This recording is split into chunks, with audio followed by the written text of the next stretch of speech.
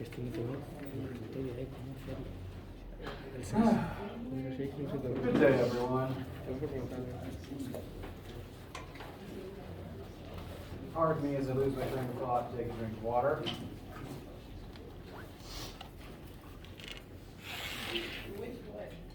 How y'all doing? Good. Restful weekends, I hope. Nice weekends, at least. Yeah. All right. Any random questions before we get started? Sounds my homework. I am dedicating a portion of class to looking at the homework and answering any questions you guys have. To that end, let me go ahead and get through a little bit of opening spiel. Today is Monday, January 31st. Main thing to note, the Chapter 1 homework and quiz are due tonight. And so for the first possibly half of class, I want to open the floor up to any homework questions and issues you guys are having. A thing to note about the quiz. As some of you might have overheard me ranting about as you were entering the room,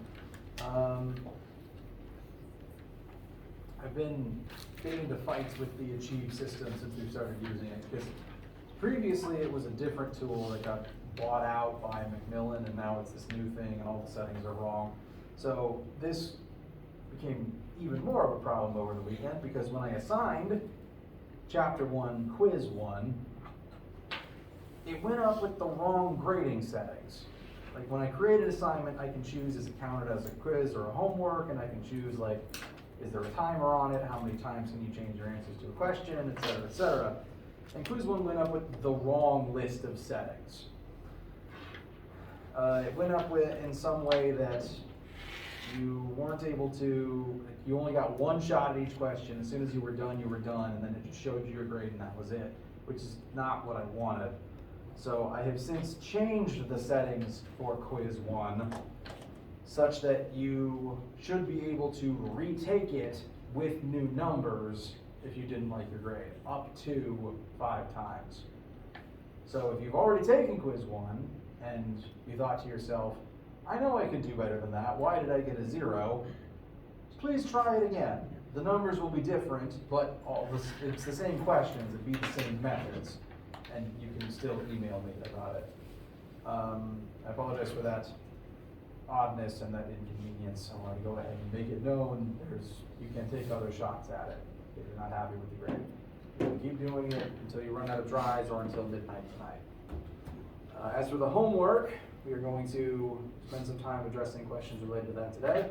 I also want to spend the latter half of class talking about Newton's laws, forces, to set up lab for this week. As a reminder, this is a normal full legal class, so we do have in-person lab, so do come to your normal lab time and lab day, unless you've told me otherwise you need to sit in on a different one. So,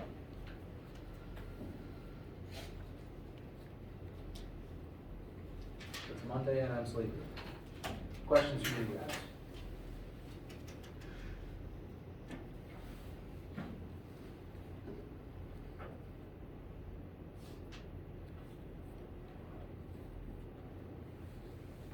I've specifically got the Chapter 1 homework questions currently loaded up here. People have been emailing me over the weekend about some issues they've been having. I'm glad when you do that. I want you to ask me questions. I also want you to keep asking me questions until this is due tonight. Email me, find me in my office. I will answer your emails, I promise. And I will also be putting out the Chapter 2 homework and quiz, but those won't be due till next Monday at the earliest. You don't have to start those yet till you're ready. Please prioritize finishing up the Chapter 1 stuff before midnight. I will be answering your emails up till midnight. Don't worry. So, Chapter 1 homework related issues. Questions from you guys?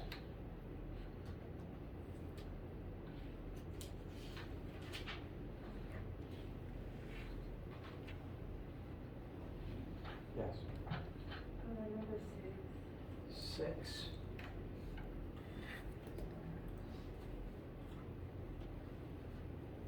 that this one? Okay. For some reason I can't see the numbers for this screen. So this is a projectile motion falling question. It's very similar to what we did with cannons last week, actually. Just replace spring-loaded with gunpowder. We have a firearm that is being fired straight horizontally with the end goal of determining its launch velocity. And to test that thing, the firearm itself is a certain distance away from a wooden target. That distance is known. You will all have a slightly different number here. I currently have 111 meters away. And the firearm is being targeted, is targeting directly the center of the target, but because a bullet is technically falling the second it leaves the barrel, it does begin descending right as soon as it leaves. So even if you aim straight at the middle, the bullet will automatically fall some distance before it gets there. And you do know the soldier who's testing this is a good scientist. They did multiple trials. They have multiple different drop heights from multiple different runs. So we know variables that we are given: horizontal displacement, vertical displacement. The goal is to take an average of all of these numbers to determine the average bullet drop. We also know vertical acceleration because the bullet is falling. So its vertical acceleration is negative 9.8 meters per second squared. Its horizontal acceleration is what? 0. You only fall down, you don't fall sideways. As soon as it leaves the barrel, it's going to keep moving horizontally at the same velocity. So with all these things, our goal is to find that initial velocity. I'm going to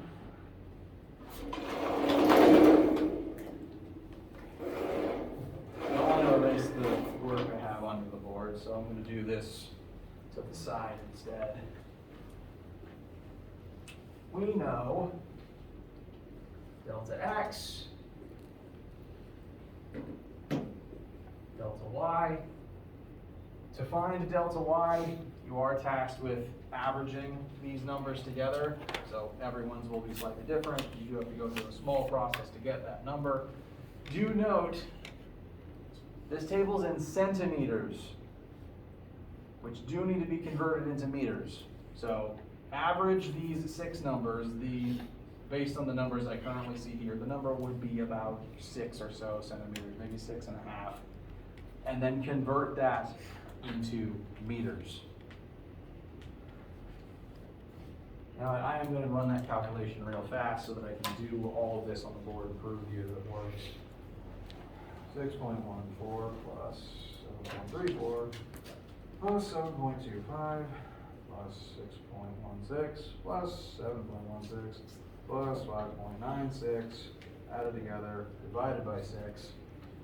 So my average is 6.67 centimeters, which I do want to convert into meters, and that's going to jump the decimal point 2 places to the left.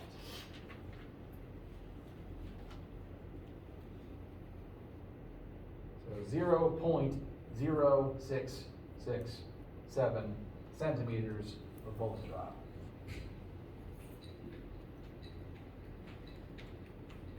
Initial x velocity, unknown, that's what we're solving for. Initial y velocity is 0, because we are firing horizontally. We have no initial vertical speed until we start falling. X acceleration, 0, because you only fall down. Y acceleration, negative 9.8 meters per second squared, because we are specifically falling downwards. So, these are our list of knowns. Does it give a time? Nope. It's not. Okay. So, this will actually work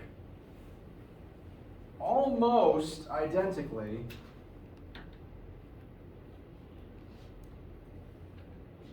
if you check this one in your notes to how we did this question. This was a ball being thrown horizontally from the top of a cliff. We knew that cliff was 9 meters tall, and that drop distance determines how much time the object is in the air. So much in the same way, we can figure out from how far the bullet had time to fall, how much time the bullet was in the air before it struck the target. Vertical axis always determines hang time. So much in the same way, we can use our vertical numbers to find hang time.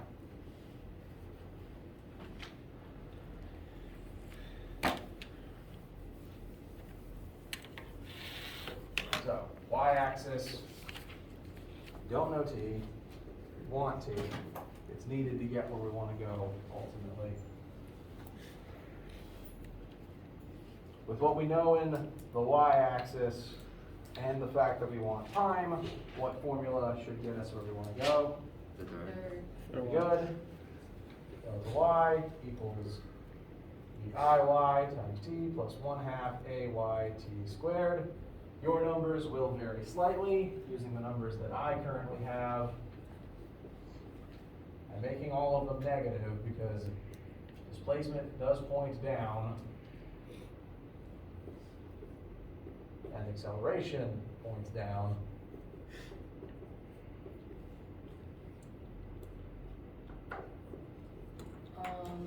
After delta y, is that VIY or is that VIX that you use? This is meant to be VIY, but the way I write my X's and my Y's have the same emotions, and sometimes the little residue there is longer than I want it to be. So that's a problem with my horrible handwriting. That is a Y. And we're using y because we have most of the variables instead of x, and we need to find x. Yes. So again, the broad general rule, y-axis determines hang time. We could attempt to look at the x-axis and think about hang time, but if we started there,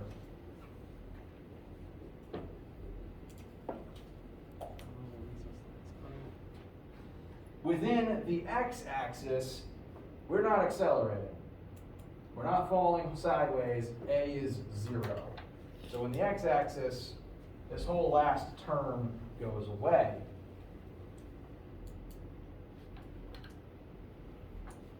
Which just leaves us with delta x equals VIX times t. We know delta x, but we don't know VIX or t yet. So x-axis can't tell us t just yet on its own because there's no acceleration. In the y-axis, there is acceleration, and ultimately that will let us solve it. Specifically because acceleration isn't 0, but initial velocity is, and we know that fact. So we do have more useful information in the y-axis. This will tell you your time. That should come out to be a positive number, and it will be a very small positive number. It doesn't take a bullet very long to drop that distance.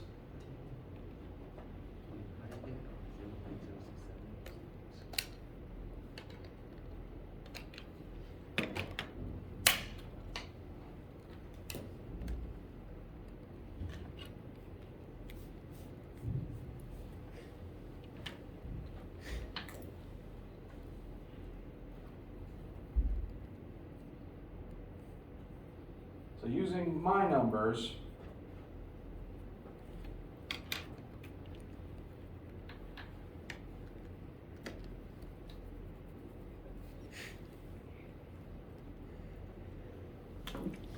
I have 0.1, yes? 0.117 seconds. Again, not very long at all.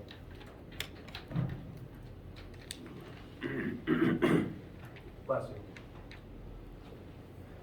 Once we know time, we can actually plug it in down here. 111 equals VIX times our newly calculated time. So your delta x divided by the time you determine from the y-axis should tell you your muzzle velocity.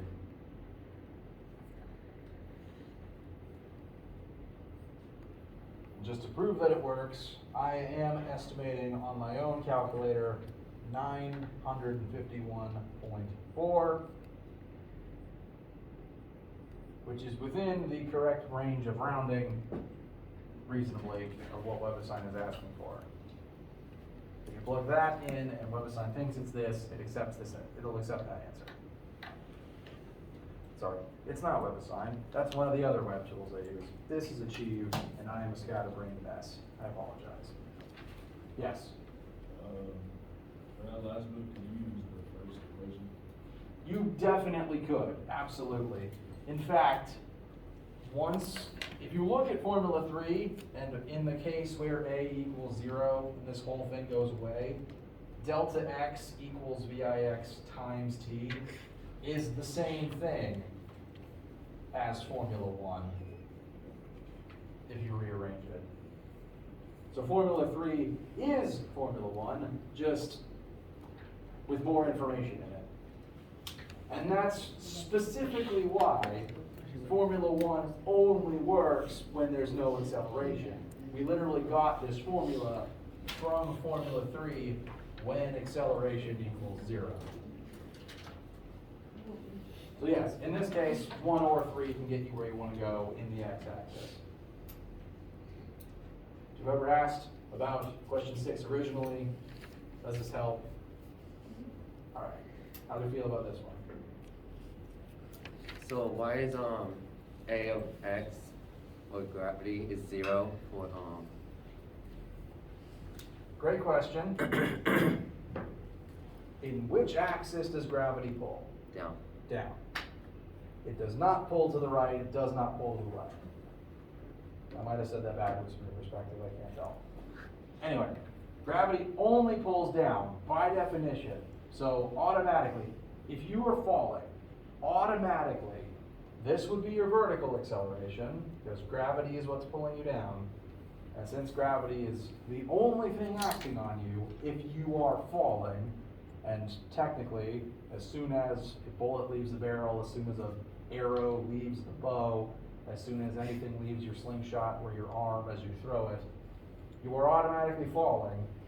This would be your y acceleration, because gravity pulls you down, and since there's nothing pulling you in the x-axis, automatically ax is 0 if you are falling.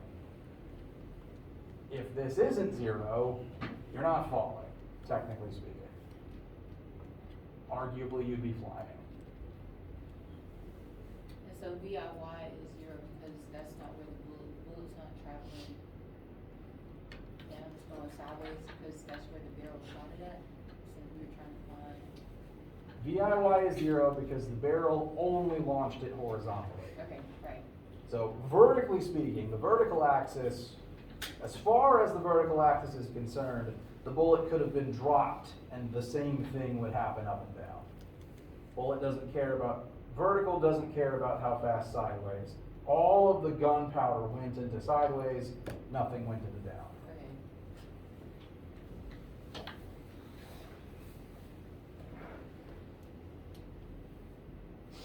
How's this feel?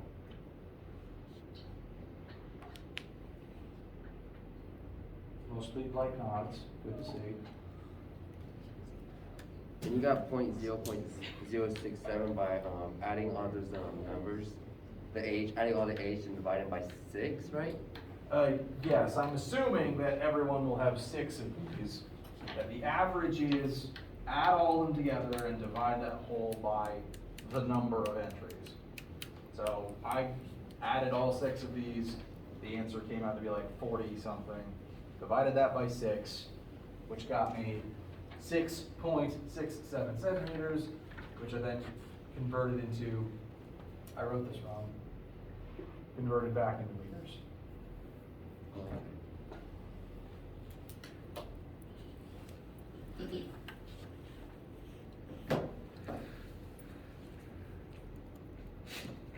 Any other homework related issues? I've been getting questions about 4 and 5 over the weekend. 5 we covered in this class last time, but if you still have questions, I wanted to cover it. I was gonna say 5? Yes, so we went over this at least briefly, and I actually have, I reshuffled my numbers again. That Oh, was this rude. is the window one? The window. Okay. We did set this one up last time. I'm happy to revisit it because it is still weird, I will admit. And tragically, the numbers that I have on the board are different to the ones that are currently here because it reshuffles the numbers literally every single time to reload the tab, which is unkind of it. Anyway, our physical setup. Someone is going to drop a ball, presumably off of the roof of a building. That ball is going to fall, and eventually, some individual named Tom, looking out of their window, sees that ball zoom past said window. We know how tall that window is, and we know how long, in terms of time, it took the ball to cover that distance. Just the window. Just the window. Okay. So the distance of the window, whatever your window distance is, the time you're given is just the time it took the ball to zoom past this distance. So this time only applies to this delta y. Yeah, right, The way I treat this particular problem is that there's kind of 2 intervals of time. There's the past tense, where the ball started falling, and we cut off that moment of time right before it passes Tom's window. The future I'm going to avoid using past and future and present actually.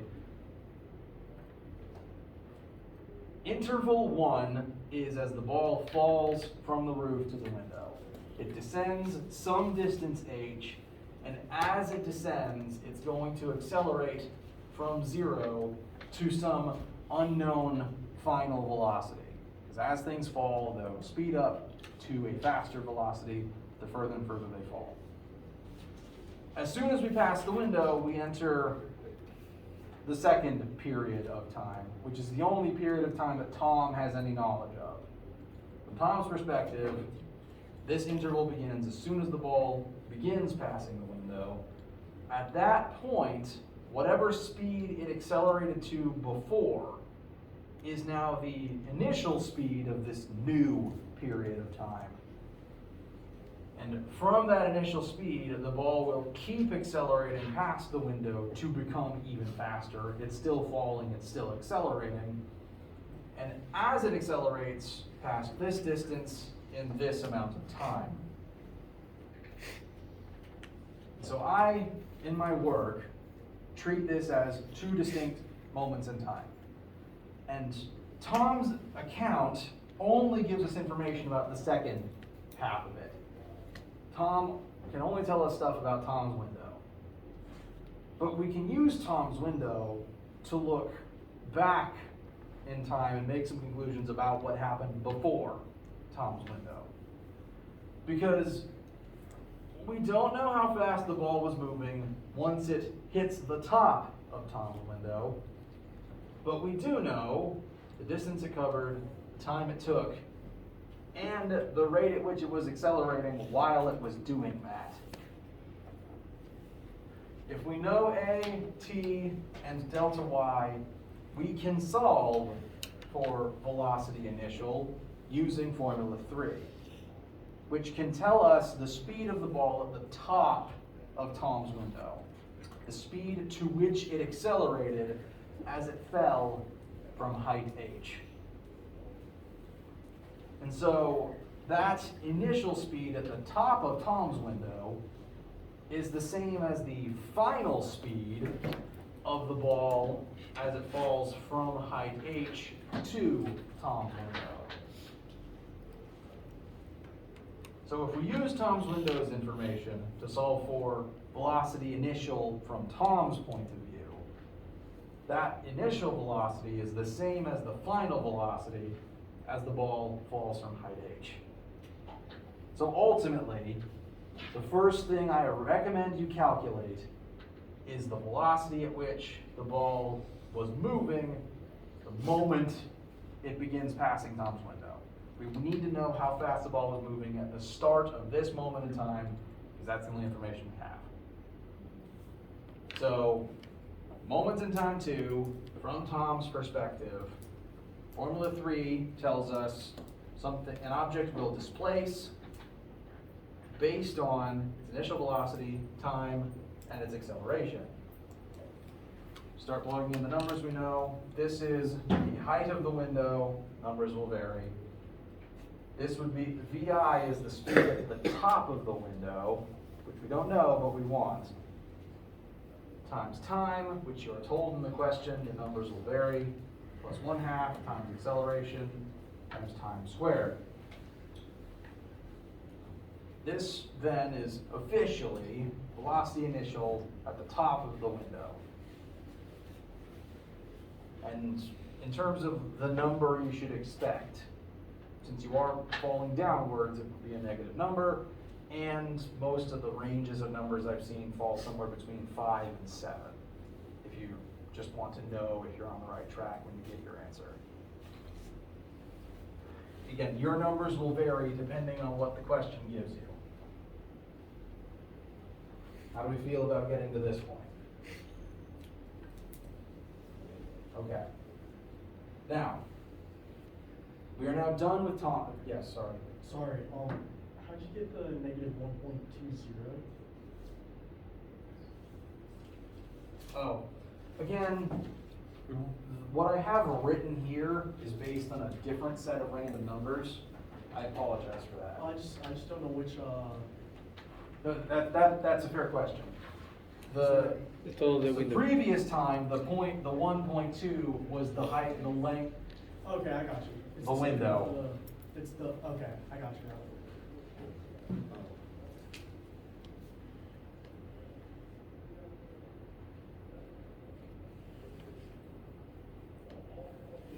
And where it says, where I previously had 0.19 is now replaced with 0.15.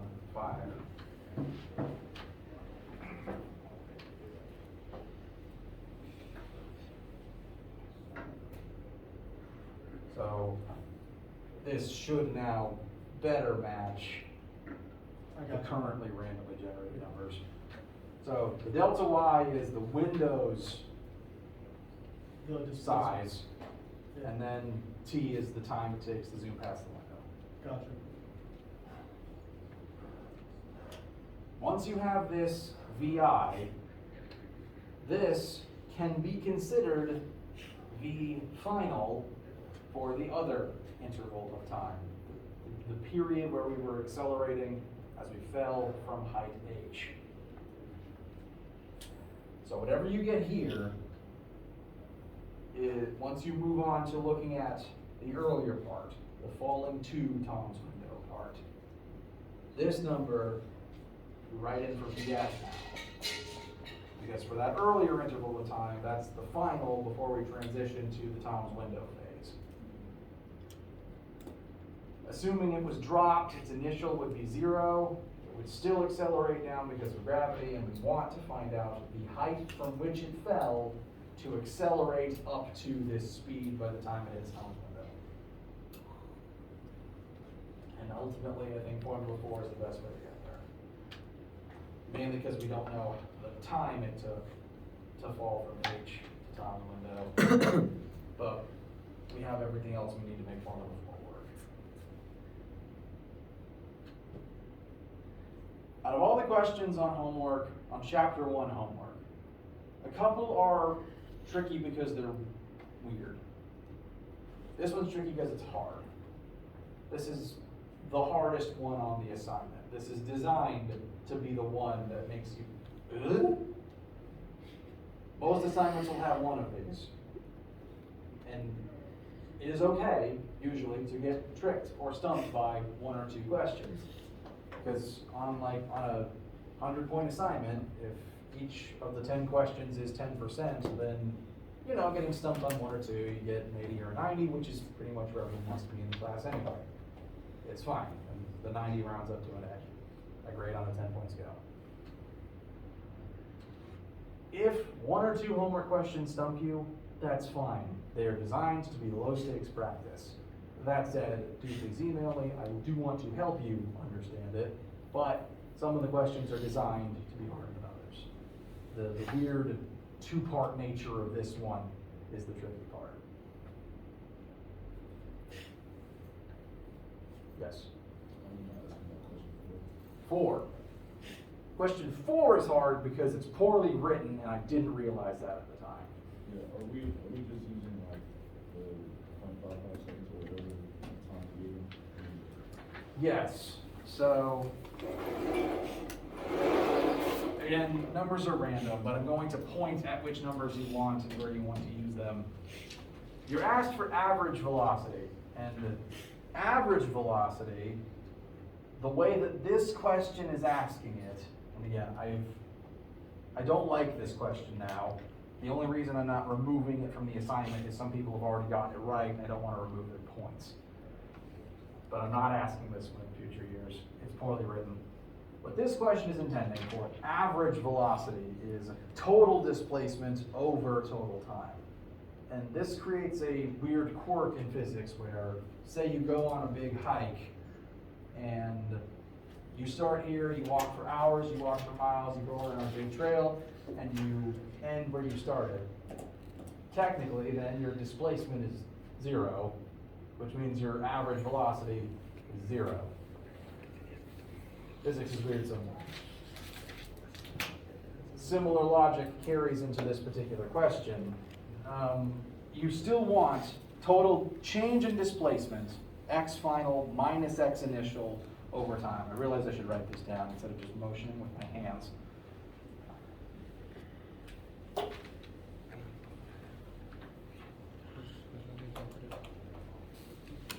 So, velocity is change in displacement over change in time. Change in anything can be final minus initial. I'm going to rewrite this as xf minus xi. This is exactly the formula you want. We're going to plug very specifically 3 numbers in here to get our answer. From the question's perspective, this number, the part where it says, then after traveling a total of number while staggering back and forth, this number is a trick. It is a red herring. It does not come up in the math. This number is kind of representative of the wandering all over the place and ending up back where you started.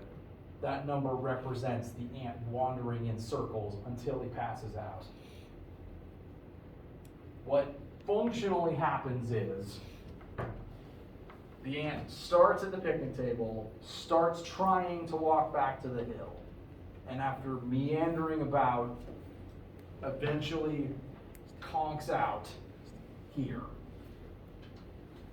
The ant falls unconscious at this position, so that's our final, and the picnic table is the starting. Because the problem is asking about, in going from the table back to the hill, what was the average velocity for this whole weird exchange?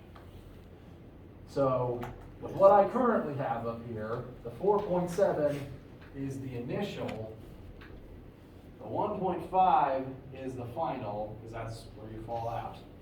And then the 55 seconds is the time. There's 2 main things to note about this. One, again, the staggering number isn't involved. It's a red herring. Whoever wrote this wanted to be tricky, and I dislike them for it. Second thing to note, because of the order in which the 2 correct distances go in, final minus initial, you'll have a negative answer. Because here in the question, define the entrance of the colony as the origin and the positive direction as towards the picnic table.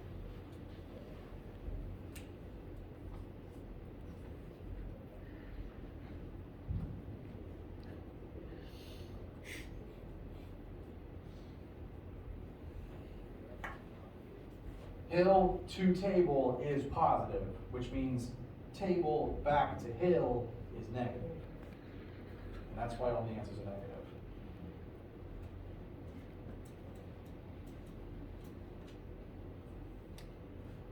Again, this one I don't like and is tricky because it is worded poorly and I have come to hate it.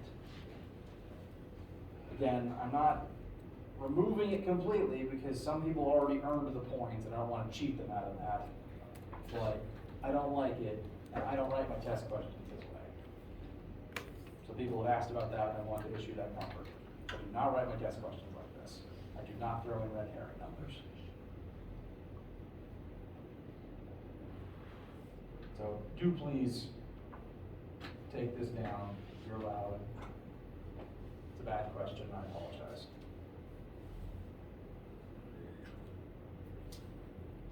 Questions, concerns, Jakub? Question number 1 would be quiz. One Okay. on the snake and the mangoes. Let's say again. Question number 1 on the quiz. Mm-hmm. Yeah, false for that one. Quiz, I would prefer to talk about with individuals instead of the group. The quiz is meant to be solo practice. I will definitely answer quiz questions though if you ask me. If you want to stick around for a minute after class, we can take a look. Yeah. I actually would like to switch gears quickly because I want to make sure to cover Newton's laws before lab this week, and some of you have it this afternoon.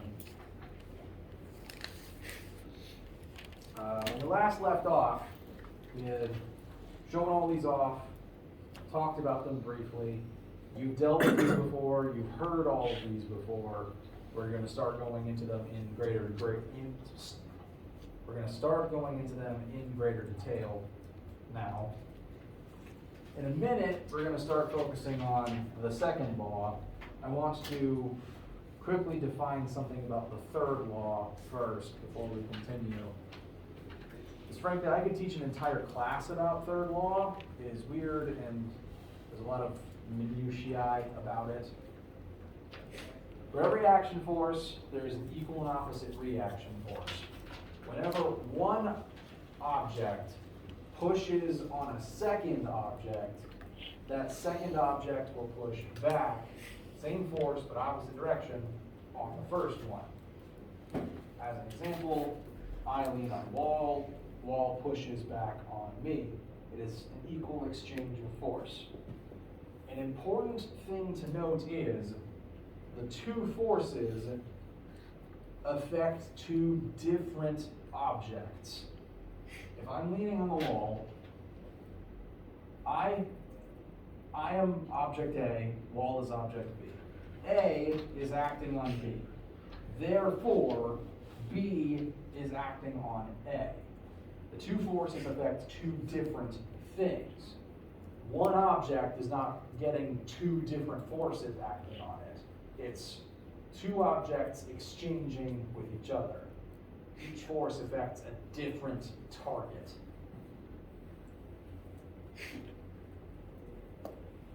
This will become slightly more relevant as we start looking at cases involving gravity, normal force, and tension. I wanted to go ahead and address that. Questions about what I just said about third law? Okay. I'll look at second law now, because this is a formula. And we're going to start using this formula. The net force acting on an object is equal to the mass of that object times its resulting acceleration. Now, The Greek letter on the front of that formula is one you've probably seen if you've taken a look around campus. That is the Greek letter sigma. And within mathematics and physics, sigma, like how delta refers to change in, sigma refers to sum of, but that's math sum, S-U-M. Sigma anything means that you need to look at that entity, identify all the versions of it that are present in question, and add them all together. In the case of force, the sum of all the forces acting on an object is equal to the mass times its resulting acceleration. Individual forces don't create acceleration. Only the net force does. For example, marker in my hand. Is it currently accelerating? No. Are there forces acting on it? Yeah. Yes. Each of those individual forces isn't causing an acceleration. Currently, if we identify the two big ones, I am lifting it upwards, gravity is pulling it downwards. Those two forces in this specific case, if I add them together because they're in opposite directions, add up to 0.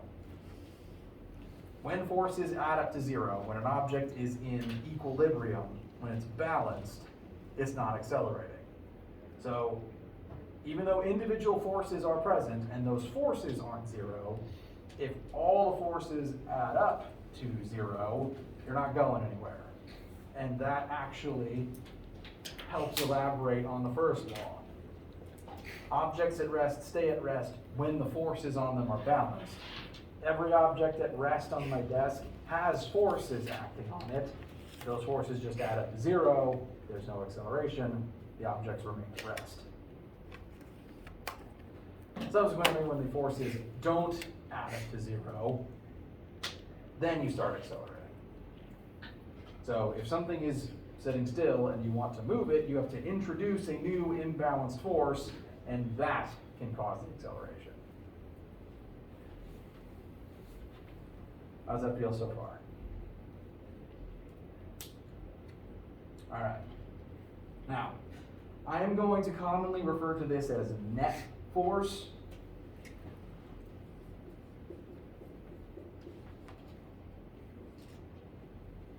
It's not the force being exerted by a net, it's just another way of describing that it is the sum of all of the forces. So net something means all those things were added together and we're looking at the total.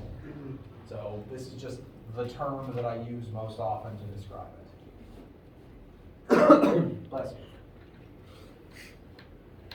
So net force equals mass times net acceleration.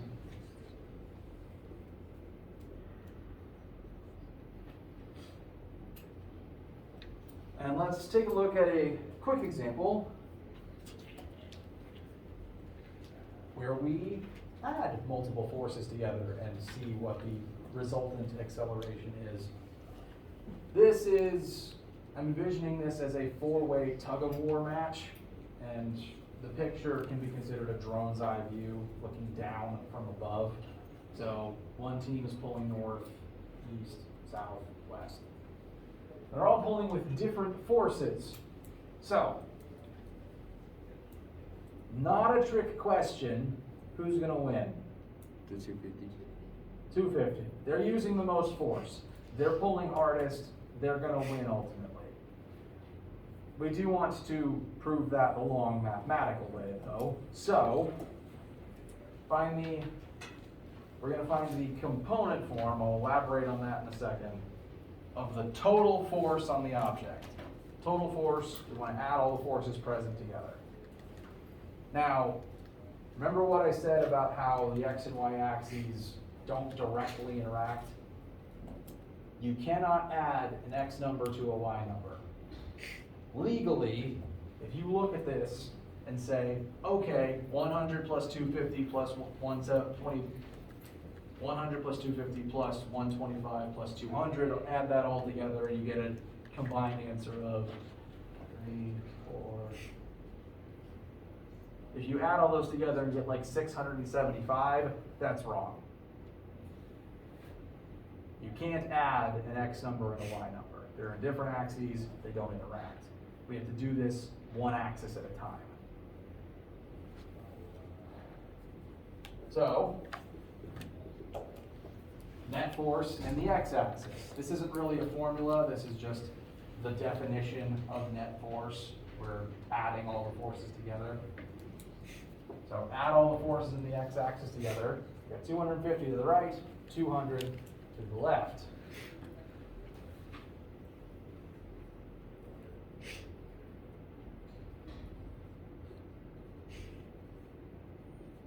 So, is 250 plus 200 an accurate representation of the net force in this axis?